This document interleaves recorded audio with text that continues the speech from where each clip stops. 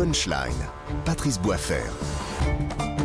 1 minute, punchline, place au débat avec Bruno Jeudi. Bonsoir Bruno. De Paris Match, François Pupponi, député territoire de Prouat du Val d'Oise, député de la majorité. Rebonsoir. Et William Tay, bonsoir. Merci de nous avoir rejoint, président du Think Tank, le millénaire. Le second tour approche à grands pas, vous le savez, c'est donc dimanche. Le duel à distance continue encore et toujours entre Emmanuel Macron et Marine Le Pen. Plus que 2 jours avant le débat tant attendu. La revanche, c'est donc, notez-le, mercredi soir. Et vous allez voir qu'on est déjà rentré dans le match, c'était ce matin dans le Calvados, Marine Le Pen. C'est une exigence démocratique qu'il y ait une confrontation d'idées. Nous n'avons pas du tout les mêmes idées qu'Emmanuel Macron. Nous n'avons pas du tout la même vision de la société. Nous n'avons pas du tout la même vision du pays, ni la même vision d'ailleurs de ce que doit être l'économie, vers qui elle doit être tournée. Donc c'est cela qui doit ressortir du débat. Donc j'espère que ce ne sera pas ce que j'entends depuis maintenant une semaine, c'est-à-dire une succession d'invectives, de fake news, d'outrances. François Pupponi, député de la majorité, plus d'invectives ni d'outrance sur un plan stratégique. Vous me dites que c'est bien joué. Non, sincèrement, je vois pas où il y a de l'invective ou l'outrance. On a une campagne qui... vous voyez un petit peu. Un peu quand même. Il y a quelques Il y a eu comme une accélération depuis 10 jours, à commencer par le président candidat. On est en campagne électorale pour les présidentielles. Il y a eu des déclarations, mais sincèrement, jusqu'à présent, la campagne s'est plutôt bien tenue. Vous dites que ça restait au-dessus de la censure, quoi. Oui, jusqu'à présent, oui. On n'était pas tombé en dessous, et c'est tant mieux. Et je pense que ça va continuer, parce que l'intérêt du plan de la République, c'est justement de confronter les idées, de montrer que le programme de Marine Le Pen n'est pas réaliste, et qu'elle ne peut pas devenir président de la République. C'est ça l'intérêt du débat aussi, c'est de montrer qu'il y a quelqu'un qui est un homme d'État, le président de la République, et puis il y a une candidate qui n'est pas au niveau. Bruno Jeudi, de Paris Match, vous me dites que c'est bien joué sur le plan psychologique, peut-être, à l'approche du débat ? Je pense qu'Emmanuel Macron a d'abord essayé de faire l'inverse de ce qu'il avait fait dans l'entre-deux tours 2017. Il a finalement un peu surpris tout le monde après avoir fait une campagne très à minima avant le premier tour. Il a démarré à fond la deuxième. Il voulait même démarrer le dimanche soir. Et puis finalement, la petite balade avec les travailleurs de nuit a été repoussée. Et lundi matin, il était à Denain, puis dans l'Est, puis au Havre, puis à Marseille. Il a quand même fait vraiment campagne. Essayer de faire une campagne à hauteur d'homme, aller voir les gens un peu plus qu'il ne l'avait fait. Enfin, il pouvait faire que plus. Donc je trouve que cette campagne, pour lui, était plutôt pas mal. Après, il y a l'aspect, il a joué à fond l'extrême droite. Il a joué à fond. Alors là, pour le coup, il n'a pas fait dans la dentelle. C'est ce que je rappelais à François Pupponi, qui avait pas l'air d'accord. La condamnation morale, l'extrême droite, programme tous raciste, les jours, programme raciste, et puis ses amis qui sont allés taper Dru samedi à Marseille, Gabriel Attal. Encore ce matin, Gabriel Attal. Ce matin. Donc ils y vont à fond. Ils veulent en fait essayer de montrer aux Français, ils veulent la rediaboliser, Marine Le Pen, et montrer que ce serait une sorte de point de bascule si elle était élue, montrer les dangers que ça représenterait. Et ils font appel à tous les arguments, y compris à des arguments qu'on a souvent entendus dans le camp de la gauche lorsque François Pupponi y était. Mais non, mais c'était le cas. C'était des arguments entendus, notamment chez les socialistes. Et puis c'est aussi essayer de ramener les voix de gauche vers lui, parce qu'aujourd'hui il a quand même largement siphonné à droite. Et maintenant, c'est quand même ces électeurs de Jean-Luc Mélenchon dont on voit que c'est pas si facile que ça de les récupérer. Il a récupéré beaucoup d'écologistes. Alors, ils sont pas très nombreux, mais il en a récupéré beaucoup. 58% ce soir, presque 6 sur 10 électeurs écologistes prêts à voter Emmanuel Macron dimanche. Il a récupéré à peu près la moitié de ceux de Valérie Pécresse. Ils sont pas très nombreux aussi, mais c'est aussi ça de prix. C'est ceux de Jean-Luc Mélenchon qui sont les plus difficiles à capter. Pour l'instant, ça se passe plutôt bien pour lui. L'écart s'agrandit, 54,5 dans le rolling IFOP Paris Match ce soir. 2 points de gagnés depuis le milieu de semaine dernière. On sent que ça monte en puissance pour Emmanuel Macron, et que pour Marine Le Pen, elle va probablement tout jouer sur le débat. Est-ce que ce sera suffisant ? En tous les cas, maintenant, elle a vraiment du retard. William Tay, président du Think Tank, le millénaire, est-ce que cette opération décrédibilisation de Marine Le Pen qui est en marche, est-ce qu'elle fonctionne ? Elle fonctionne d'un point de vue sondagier, qui est conjugué par 2 éléments. Le fait de faire le rappel sur la question de l'extrême droite, parce que Marine Le Pen a profité du fait qu'au premier tour, il y avait la présence d'Éric Zemmour, qui avait un épouvantail plus fort qu'elle. Et donc, du coup, maintenant qu'elle est livrée à elle-même, l'épouvantail d'extrême droite est porté sur elle-même. Donc, du coup, ça remobilise une partie des électeurs dits modérés qui se reportent plus massivement sur Macron. Bruno Jeudi l'a rappelé. Donc, les électeurs de Pécresse se reportent davantage sur Emmanuel Macron, comme les électeurs de gauche, d'Anne Hidalgo et de Yannick Jadot. La deuxième opération, en fait, moi, je pense que c'est là la problématique qui est portée sur cette cette campagne, c'est qu'en fait, à chaque fois que vous avez un macroniste qui intervient, il dit du mal de Marine Le Pen, ou il dit que Marine Le Pen c'est le diable, c'est catastrophique. Et quand vous avez un porte-parole de Marine Le Pen qui intervient à la télévision, c'est pour dire qu'Emmanuel Macron est catastrophique. Donc en fait, Marine Le Pen joue sur l'antimacronisme et Emmanuel Macron Il y a aussi joue cette sur petite musique, William Tech, c'est lui le dangereux, c'est lui le violent, comme si Marine Le Pen tentait d'inverser les rôles par rapport à il y a 5 ans. Vous prenez un sondage qui a été un sondage effectué sur la question du jugement majoritaire. C'est-à-dire quel candidat on ne veut pas absolument. Il y a une différence par rapport à 2017. C'est-à-dire qu'en 2017, il n'y avait que 30 à 35% des Français, voire un peu 40, qui étaient prêts à voter pour Marine Le Pen. Aujourd'hui, plus de 50% des Français, je crois que c'est 51, diraient que ça ne les dérangerait pas d'avoir Marine Le Pen présidente de la République. Et c'est ça la grande différence, et la différence d'équation qui est portée sur Emmanuel Macron. C'est-à-dire que si Parquet mène une campagne uniquement contre, il risque d'avoir un écart qui est très faible, et donc se posera la question de sa légitimité, notamment à pouvoir gouverner. Il sera légitime parce qu'il sera élu président de la République, mais ça ne veut pas dire qu'il aura la légitimité d'action pour pouvoir gouverner efficacement. Moi, je vois deux clivages principaux sur cette campagne. Il y a un clivage qui est sécurité contre aventure. Sur ce clivage-là, c'est Emmanuel Macron qui l'emporte parce que c'est lui qui incarne la stabilité, l'ordre, le parti de l'ordre, notamment depuis la question des Gilets jaunes, et l'ordre social depuis la question du quoi qu'il en coûte. Et Marine Le Pen propulserait la France dans différentes inconnues, notamment sur la question de la politique économique et sur la question de la politique européenne. Et c'est sur quoi joue Emmanuel Macron, parce que c'est le clivage qui est dominant. Marine Le Pen, à son contraire, introduit un autre clivage qui lui est plus favorable, c'est le peuple contre les élites. Et on a déjà eu ce clivage en 2005 avec le traité référendaire sur la question européenne. Ça a donné oui à 45 et non à 55. Si Marine Le Pen impose ce clivage au débat, elle peut resserrer l'écart face à Emmanuel Macron. Si François Pupponi, député des Territoires et Progrès, Marine Le Pen arrive à amener Emmanuel Macron sur son bilan, est-ce qu'il y a danger ? Je crois pas, parce que quand on écoute les Français, ce qu'ils disent, c'est sincèrement, heureusement qu'il était là aussi, sur la gestion de la crise sanitaire, sur la gestion aujourd'hui de l'Ukraine. Les gens disent, il y a quelqu'un qui a le statut d'un homme d'État, qui est capable de gérer nos affaires. Alors après, qu'il y a des difficultés, qui a pu rencontrer des difficultés, qui a pu avoir parfois des études qui ont pu choquer certains Français. Nul ne peut le nier. Lui-même l'a dit d'ailleurs, en disant, j'ai appris aussi pendant ces 5 ans. Mais sur la capacité de gérer une crise dans le monde que nous vivons actuellement, les gens se disent, voilà, il y en a un qui est capable de faire, et puis une autre qui n'est pas en capacité. Donc ça, je pense que... moi, je rencontre beaucoup des Français qui ne sont pas forcément en adoration devant Emmanuel Macron, mais qui disent, heureusement qu'il était là, et entre les deux, il n'y a pas photo. Oui. C'est aussi beaucoup de Français Bruno, jeudi de Paris Match. C'est vrai, François Pupponi, mais moi, il y a un chiffre, il y a 2 chiffres qui m'ont surpris. Il y a eu un sondage qui a été fait juste avant le premier tour. Il a été publié le samedi par l'IFOP. C'était un sondage qui n'a pas été publié le samedi, mais on avait les résultats le samedi. Et moi, c'est un chiffre qui m'a vraiment surpris. Je ne sais plus quelle était la proportion en 2017, mais 50% des Français donnaient un brevet femme d'État ou considéraient qu'elle pouvait être présidente de la République, c'était rappelé à l'instant, et même 57% pensaient son élection ne remettrait pas en cause les valeurs démocratiques. Je trouve qu'il y a quand même eu une sacrée évolution dans ce pays, et c'est ça qui est plutôt inquiétant par rapport au fait que c'est les 2 fois précédentes, on a eu un Le Pen au deuxième tour, c'était pas du tout ça le rapport des Français, et ça je trouve que je comprends que les macronistes essaient d'aller là-dessus, parce qu'ils sentent bien que s'ils ne la rediabolisent pas, peut-être qu'il va y avoir pour le front républicain vraiment s'affaisser et prendre l'eau, ce qui ne semble pas être le cas pour l'instant. Mais enfin, on n'est pas non plus, c'est pas 2017 et on continue le débat dans un instant. 66-34. Je vous coupe, courte pause, on se retrouve juste après la pub. Europe 1, Punchline, Patrice Boisfer. 19h passées de 32 minutes, la suite des débats de Punchline sur Europe 1 avec Bruno Jeudi de Paris Match, François Pupponi, député Territoire de Progrès du Val d'Oise, et William Tech, qui est président du think tank Le Millénaire. L'échéance approche, c'est dimanche, et Clermont est rentré dans le dur, plus que 2 jours avant le débat qui va déchaîner, vous le savez, les passions. Emmanuel Macron se tient prêt, et son porte-parole aussi. Écoutez, c'était ce matin chez le confrère de France 2.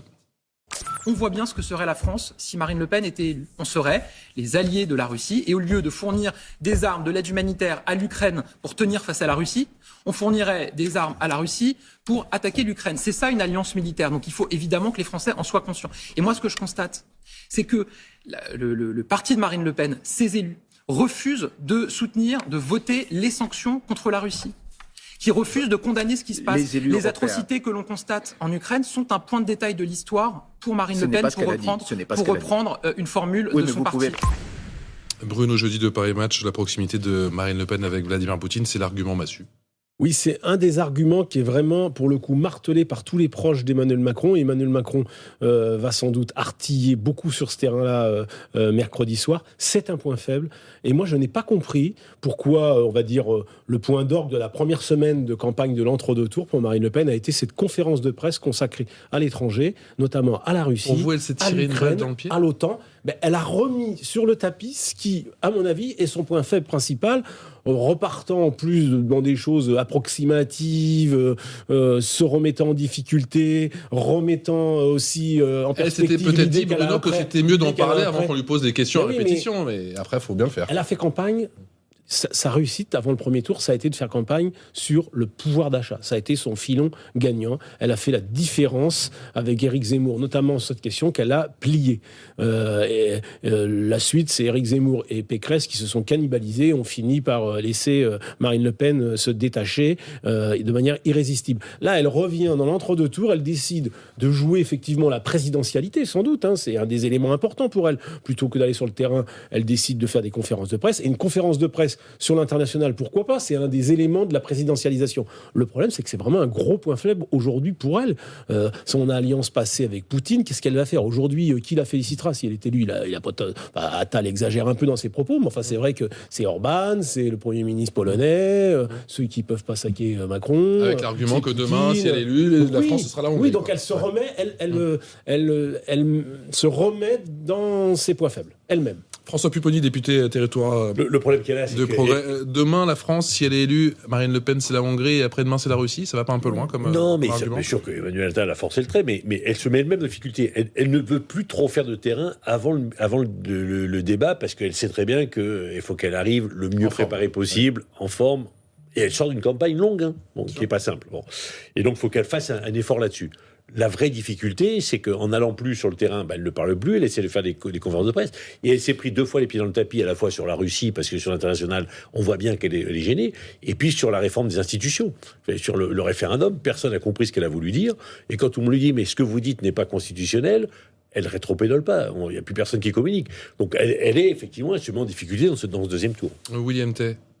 Je pense que Marine Le Pen a une difficulté. Pour être élu président de la République, il faut répondre à 2 grands critères. La question de la verticalité, donc du coup la hauteur, la présidentiabilité, la question de l'horizontalité, la question de la proximité. Emmanuel Macron avait l'avantage avant le premier tour, sa question de la verticalité, étant président sortant. Et il a répondu à la question de l'horizontalité en allant au contact des Français, en allant proche des Français. Marine Le Pen avait l'avantage de l'horizontalité. C'est-à-dire que 2-3 déplacements, ça suffit? Je pense que ça suffira pour lui, en tout cas en termes d'image. Marine Le Pen avait l'avantage de l'horizontalité et donc du coup de la proximité, mais il lui manquait la question de la verticalité, donc du coup, d'où la conférence de presse sur la question des affaires étrangères. La difficulté qu'a Marine Le Pen, c'est que je pense que sur la question des principes, une grande majorité des Français sont d'accord avec elle. Est-ce qu'il faut mettre de la souveraineté économique? Oui. Est-ce qu'il faut apporter plus de sécurité? Est-ce qu'il faut une France indépendante, gaulienne, etc. La plupart des Français sont d'accord. La difficulté qu'a Marine Le Pen, c'est qu'en fait, lorsque vous rentrez dans le cas concret de ce qu'il faut faire concrètement pour répondre à ces questions, c'est à ce moment-là qu'elle se prend les pieds dans le tapis. Et c'est exactement ce qui s'est passé il y a 5 ans sur la question de la sortie de l'Union européenne et sur la question de la sortie de la zone euro. À chaque fois, on lui a posé la question, elle a perdu son pied dessus, notamment sur la question du franc, sur la question de l'écu. Et je pense qu'en fait, l'équation sur laquelle elle doit répondre, qui est quasiment insoluble, c'est qu'en fait, elle est plutôt gagnante sur la France des actifs quand on regarde les catégories d'âge et les professions. Et il lui manque une catégorie pour espérer gagner l'élection présidentielle, c'est la question des retraités. Seulement, là, c'est la grande difficulté. Elle doit promettre la révolution sociale pour attirer à elle les professions intermédiaires, les ouvriers et les employés. Mais en même temps, elle doit répondre aux retraités sur la question de l'orthodoxie budgétaire. Et je ne sais pas comment on fait actuellement avec le cadre européen, donc les questions des règles des 3% du pacte de stabilité de l'Union européenne, pour à la fois promettre une révolution sociale à 100-150 milliards d'euros et en même temps respecter les règles de déficit et réduire le déficit à 3% du déficit public. C'est ce qu'elle doit répondre mercredi si elle veut avoir une chance. Et sur sa question de l'Union européenne, à chaque fois qu'on lui pose la question... Vous avez vu à combien veut le réduire Emmanuel Macron ou pas? Emmanuel Macron veut le réduire, mais je pense que c'est irréalisable aussi. Je vous donne l'info. 1%. Mais il n'y arrivera pas. Il n'y arrivera pas à 1%. 75 milliards de dépenses en moins. En l'espace de 5 ans. Il le sait. Je regarde vous, mais je pourrais aussi regarder François Pupponi. Comment vous faites pour passer de 3,6 en pourcentage du PIB à 1%? 75 milliards en moins. Est-ce que la France, si Emmanuel Macron est élu dans dimanche, est-ce que la France va connaître un épisode de casse sociale comme elle n'en a jamais connu? Non, sincèrement, non. Après, le pari du président, c'est de dire la relance sera là, on va relancer, on va repartir, et ça produira des ressources. Après, il faut faire des économies, on le sait. Sur qui? Les fonctionnaires? Sur l'investissement? Pour la transition écologique, ça va être compliqué. Il y a 2 grandes pôle de ressources sur lequel on peut, sur les dépenses sur lesquelles on peut faire des économies. Il y a le problème des retraites, bien entendu, mais c'est les services publics, d'une manière générale, et les relations avec les collectivités locales. C'est un sujet qu'on a du mal à aborder. 75 milliards d'euros, François Pupponi, c'est du jamais vu. C'est un sujet qu'on a du mal à aborder en France. Tous les ans, l'État donne 80 milliards d'euros aux collectivités locales. Parce que on a décidé qu'un jour, chaque fois qu'on modifiait un impôt local, on maintenait les recettes à des communes qui sont des communes très riches. Donc, à un moment, ce grand choc des collectivités locales, il faudra bien l'aborder d'une manière ou d'une autre. Donc il y a des grandes masses dans le budget de l'État où on peut faire l'économie. Il y a effectivement l'organisation des services publics. Est-ce qu'on doit continuer à avoir de la cohabitation entre 3, 4, 5 strates de collectivités locales et de l'État quasiment sur les mêmes services? Tout ça, il faudra qu'on le fasse. À un moment, on sera obligé de le faire. Maintenant, il n'est pas question de tomber entendu que c'était dans le programme. Comment ? On n'a pas entendu que c'était dans le programme. Puis, à part le conseiller territorial pour limiter, supprimer une stratégie. Je ne dis pas que c'était dans le programme, mais ce que je veux dire par là, c'est qu'il y a des possibilités de faire des... Et on sera obligé d'en faire. On a eu le quoi qu'il en coûte. Mais ça, on n'entend pas ça. Le quoi qu'il en coûte, c'est fini, il va falloir le rembourser. Il faut rembourser. On a un taux d'endettement qui est élevé, mais heureusement avec des taux qui sont faibles. Mais bien entendu qu'il faudra continuer. Passer de 3,6 à 1%, c'est plus de 3 fois, quoi. Non, mais divisé par 3, quoi. Moi, je pense qu'il y a deux problèmes. C'est qu'en fait, Emmanuel Macron pense que sa politique économique tient parce qu'on avait des taux d'intérêt qui étaient faibles. Avec une inflation qui dépasse les 6 points, il est mécanique que les taux d'intérêt de la Banque centrale remontent pour pas que les épargnants soient en emprunt qui soit négatif. C'est le premier élément. Donc ça met un doute sur la politique économique d'Emmanuel Macron. Deuxième point, c'est que pour réduire les déficits, il y a un seul poste de dépense qui est le plus important, c'est la question de la protection sociale qui pèse 700 milliards d'euros en France. Et donc du coup, ça veut dire implicitement que si Parquet réduit les 75 milliards d'euros, il touche aux dépenses d'aide sociale, il touche à la dépense de retraite ou aux dépenses de santé. Et je pense que c'est très impopulaire de partir dessus. Bruno Jeudi, est-ce que ça va être un des angles d'attaque de Marine Le Pen ? Justement, sur cette. Marine Le Pen, on avait beaucoup entendu, il a cramé la caisse. De Valérie Pécresse, mais alors là, c'est l'inverse. Il va falloir Marine Le Pen qui va être attaquée, comme vient de le dire William, va être attaquée beaucoup sur le coût de son programme, qui est assez peu précis. Le chiffrage, c'est pareil. Elle y va sur la fraude sociale et tout ça qui rapporterait de l'argent si on met fin à l'immigration. Sous toutes ses formes, elle va l'attaquer, lui, sur le côté président dépensier, qui n'a pas fait les économies qui avaient été promises au début du mandat. Elle va évidemment pas s'attarder sur le quoi qu'il en coûte sanitaire. Elle va pas s'attarder sur les dépenses contraintes de ce mandat. Mais c'est vrai qu'Emmanuel Macron a été un président plutôt dépensier. Ça, c'est incontestable. Donc, Marine Le Pen, elle n'aura pas de mal à appuyer là-dessus. Le problème, c'est qu'en face, son programme, le financement de son programme est assez approximatif aussi. Quand on regarde les différents, les grandes parties recettes qu'elle prévoit, bon, c'est au doigt mouillé par moment. Allez, vous restez avec nous. Emmanuel Macron qui était en meeting, vous le savez, c'était à samedi du côté de Marseille et il a joué la carte écologique. À tout de suite. Europe 1, Punchline, Patrice Boisfer. La suite des débats de Punchline à 19h, passé de 5 tout pile minutes sur Europe 1 avec Bruno Jeudi de Paris Match, François Pupponi, député territoire de progrès du Val d'Oise, et William Tay, président du think tank Le Millénaire. J-6 avant le second tour de cette élection présidentielle. Quand le candidat président muscle son aile gauche lors de son meeting entre deux tours à Marseille, Emmanuel Macron a joué la carte écologique. La politique que je mènerai dans les 5 ans à venir sera donc écologique ou ne sera pas. Et donc, pour placer l'écologie au cœur du nouveau paradigme politique, comme au XIXe siècle, où face aux défis éducatifs, Jules Ferry était à la fois président du Conseil et ministre de l'Instruction publique. Mon prochain Premier ministre sera directement chargé de la planification écologique. Et donc, le ministre de la Planification énergétique aura pour mission de faire de la France la première grande nation à sortir du gaz, du pétrole et du charbon. C'est possible et nous le ferons. Bruno Jeudi de Paris Match, concernant l'écologie, ce discours samedi à Marseille, la ficelle, elle n'est pas un peu grosse?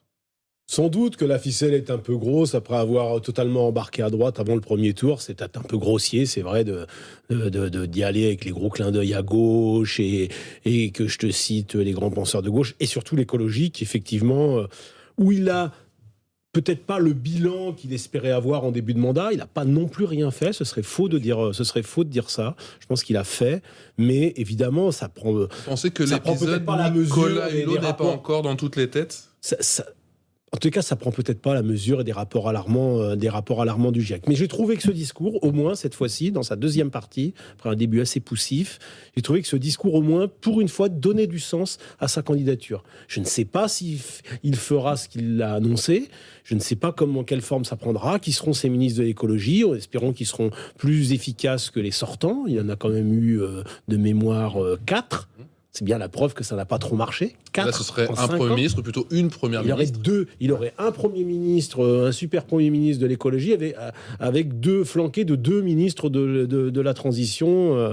Donc, il y a peut-être quelque chose d'intéressant. En tous les cas, je trouve que, pour une fois, ce discours a donné du sens un peu, était anglais, comme on dit, donné du sens un peu à sa candidature. C'est peut-être ça, parce qu'au fond, Macron, s'il est réélu dimanche, c'est la question de l'héritage qui se pose, puisque normalement, ils ne peuvent pas se représenter, sauf à changer la Constitution. Donc, il y a quelque chose d'urgent à faire. Et puis, il a peut-être aussi compris qu'il ne pouvait pas seulement être le président des seniors, parce que le premier tour, c'est quand même 3 blocs. Les jeunes chez Mélenchon, les actifs chez Marine Le Pen, les seniors chez lui. En ça, il est vraiment devenu, en même temps, de droite. Et selon vous, François Pupponi, député de la majorité, il a réussi à draguer les jeunes avec ce discours? Oui, je pense. On voit bien que dans les sondages, il récupère un peu, il récupère chez les écologistes. Chez les écologistes, il récupère, ouais. Il récupère un peu chez Mélenchon. Chez les insoumis, 30% du vote Mélenchon. Ouais, mais c'est pas neutre, parce qu'on partait de loin quand même. Et donc, petit à petit, on voit bien que ce discours-là, à un moment, les gens y adhèrent. Et on voit bien que le score aussi, qui était annoncé très serré, a l'air d'être moins serré aujourd'hui, parce que petit à petit, il fait plutôt une bonne campagne de deuxième tour. Mais le candidat Macron est encore crédible sur les questions écologiques? Bien sûr. Vous savez, c'est quelqu'un, moi, pour bien le connaître, de très pragmatique. Bruno Jeudi le disait, il n'a pas rien fait. On a voté des lois qui vont dans le bon sens, qui vont pas être neutres d'ailleurs. Vous n'allez pas assez loin. Mais qui n'allaient pas assez loin et qui n'avaient pas forcément les marqueurs. Bilan qui a été quelque peu épinglé quand même. Oui, mais qui n'avaient pas les marqueurs que certains écologistes attendaient. Mais des choses ont été faites. Je peux dire que dans toutes les lois de finances, on a fait en sorte qu'on aille de plus en plus loin dans le domaine écologique. Je prends un exemple très précis. Dans 4 ans, 5 ans, même un peu moins maintenant, 4,5 millions de logements ne seront plus à la location parce que ce seront des passoires énergétiques si les propriétaires ne font pas des travaux. On le sait peu, mais c'est 4,5 millions de logements de propriétaires qui vont se retrouver en difficulté s'il ne faut pas les travaux. Donc on a tapé, y compris pour aller dans le bon sens. Il manquait peut-être 2-3 marqueurs forts pour que ça soit audible. Maintenant, il veut aller plus loin parce qu'il y a urgence. Et il a bien compris que son deuxième mandat, ça sera celui-là. Parce que l'histoire va le regarder aussi à ce niveau-là. On sait très bien que les difficultés du monde, elle est pour dans les mois et les années qui viennent. Et avec les 75 milliards d'économies dont je vous ai parlé tout à l'heure, la transition écologique, elle va être possible? Mais bien entendu. Mais bien entendu. Parce si vous rognez sur les investissements... attendez, le problème, c'est comment on arrive à sortir des énergies fossiles. C'est ça la difficulté. C'est ça l'investissement de demain pour faire en sorte qu'on ne soit plus tributaire de cela. Et la crise ukrainienne n'a fait que rappeler, qu'on était complètement sous la tutelle des énergies fossiles et parfois sous la tutelle de certains pays. William Tay. Il y a 3 points. Emmanuel Macron, depuis la crise des Gilets jaunes, n'est plus le président libéral européen réformateur qu'il était, donc une sorte de Dominique Strauss-Kahn 2.0, voire de Laurent Fabius, en tout cas l'héritier de la deuxième gauche rocardienne, pour devenir un président du compromis. On voit notamment depuis la question des Gilets jaunes, en fait, à chaque fois qu'il y a un nouveau mouvement de société, donc par exemple sur la question du nucléaire, il s'adapte au mouvement de l'opinion pour reprendre les éléments. Donc du coup, c'est pour ça qu'il change tout le temps, notamment depuis 2-3 ans. Ensuite, après, sur la question écologique, moi je pense qu'il a tourner le dos à l'écologie punitive pour adopter une politique écologique, en tout cas une vision écologique qui soit plus viable à long terme pour plusieurs éléments. Premier point, il nous faut une stratégie industrielle pour nous différencier de l'Allemagne, parce que l'Allemagne se base sur la question des industries lourdes, et nous, notamment en raison de notre cadre de vie, parce qu'il est plus intéressant pour les investisseurs et pour les hauts diplômés de venir à Paris plutôt qu'à Berlin, on peut jouer sur la question de l'attractivité de notre territoire, la question, donc adoucir la fiscalité pour miser sur la recherche, le développement, pour nous créer une démarcation par rapport à l'Allemagne, et c'est en ça que je vois intéressant. C'est-à-dire qu'il trace des perspectives pour faire en sorte que l'écologie soit rentable à long terme et pour qu'on devienne un premier leader européen, donc on puisse exporter notre politique industrielle, énergétique et écologique. Ça, je pense que c'est un élément intéressant. Troisième point, c'est qu'il y a des éléments, par contre, en termes de méthode, où il y a des doutes. Je pense que, par exemple, il y a un point qui est précis, il dit que dans 3 ans, on peut respecter les accords de Paris. Pour respecter les accords de Paris actuellement, il faudrait 4 mois de confinement strict.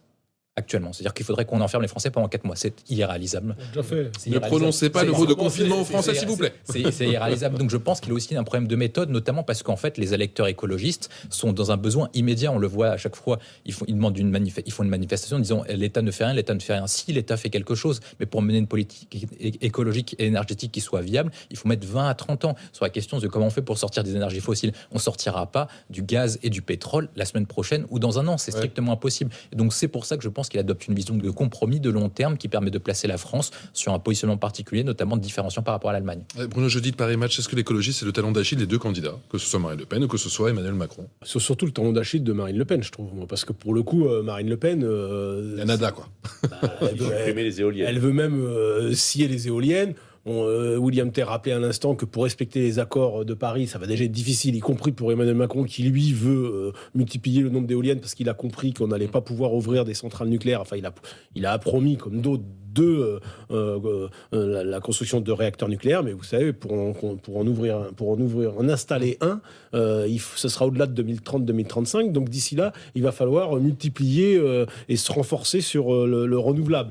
Les éoliennes en font partie. Il a annoncé non pas des constructions d'éoliennes sur le territoire, mais offshore. Il faut 10 ans à peu près pour sortir une ferme marine éolienne. C'est le cas de celles qui vont ouvrir à Saint-Nazaire dans les jours qui viennent. Donc, mais en tous les cas, il a une stratégie qui sera sans doute trop courte pour pouvoir respecter les accords de Paris, mais on va dans le bon sens. Marine Le Pen, on n'y est pas du tout. On est beaucoup sur sa stratégie, on n'y arrivera pas et on ne tiendra pas les accords de Paris. Vous allez me dire, on peut se consoler en disant que beaucoup des pays européens seront dans la même situation, mais ça ne va pas le faire. Le rapport du GIEC est de ce point de vue alarmant et il va falloir rehausser nos niveaux assez rapidement. François Pupponi, député Territoire de Progrès, j'aimerais vous interpeller sur cette dernière minute.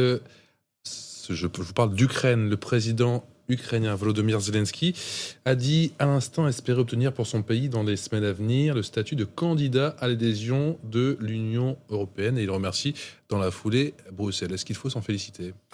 Oui, il y a eu des visites la semaine dernière en Ukraine pour cela, donc il faut regarder comment ça se passe. Je ne suis pas sûr que dans le timing, tout cela plaise à Vladimir Poutine, mais en tout cas, on voit bien que Zelensky a pris son choix maintenant, mais il n'a pas d'autre choix non plus. Il se bat, il est en train de défendre son pays, et donc il prend le parti de l'Union européenne officiellement, avec toutes les conséquences que ça peut entraîner pour son peuple. Bruno Jeudi. On voit bien, il y a une espèce d'imbroglio là ou de malentendu entre Emmanuel Macron et Zelensky, mais ils sont pas tous les deux dans la même situation. Alors c'est vrai que Emmanuel Macron a refusé d'employer le mot génocide. Alors bon, pour Joe Biden de côté de l'Atlantique, c'est sans doute plus facile. Les mêmes intérêts. Il n'a pas les mêmes intérêts. Emmanuel Macron a longtemps essayé de négocier au téléphone ou de ne pas rompre le fil avec Poutine. Nous avons une stratégie différente, mais pour Zelensky, qui voit que le Donbass est en train de tomber, tout le monde s'accorde à dire, je ne suis pas un spécialiste, que c'est pratiquement impossible maintenant d'espérer que Mariupol ne tombe pas. Lui, Zelensky, se défend avec les armes qu'il a, et les armes qu'il a, c'est alerter l'opinion internationale, faire pression sur les chefs d'État et de gouvernement européens, et Emmanuel Macron en fait partie. William Tay, le statut de candidat à l'adhésion à l'Union européenne dans les semaines à venir, nous dit le président Zelensky. Zelensky est une sorte de Churchill des temps modernes, et c'est le héros des démocraties libérales. Pour autant, l'Union européenne n'avait pas accueilli dans un premier temps le Royaume-Uni, et l'Union européenne avait raison de ne pas accueillir le Royaume-Uni. Je pense que ni la France ni l'Union européenne n'ont intérêt à accueillir l'Ukraine, pour plusieurs raisons. Premier point, c'est que c'est déjà ingouvernable à 27. Donc à 28, avec des intérêts divergents, je ne suis pas sûr que ça accentue. Deuxième point, c'est que je pense que l'entrée de l'Ukraine accentuerait la dépendance de l'Union européenne par rapport aux Américains, notamment sur les questions de défense. Et troisième point, il nous faut une politique étrangère qui soit cohérente. À long terme, on devra dialoguer avec la Russie, et avec les pays baltes et les pays ukrainiens, ce sera impossible. Donc je pense que ce n'est pas une mauvaise idée. Il ne faut pas céder, même si c'est impopulaire, à la dictature de l'émotion. Un grand merci à tous les trois. William Tay, président du think tank Le Millénaire, François Pupponi, député Territoire de Progrès du Val d'Oise, et Bruno Jeudi de Paris Match, bien évidemment. Un grand merci à vous, à tous les trois. Tout de suite, c'est musique avec Stéphanie Loire. Excellente soirée sur Europe 1. Europe 1, 18h-20h. Punchline. Patrice Boisfer.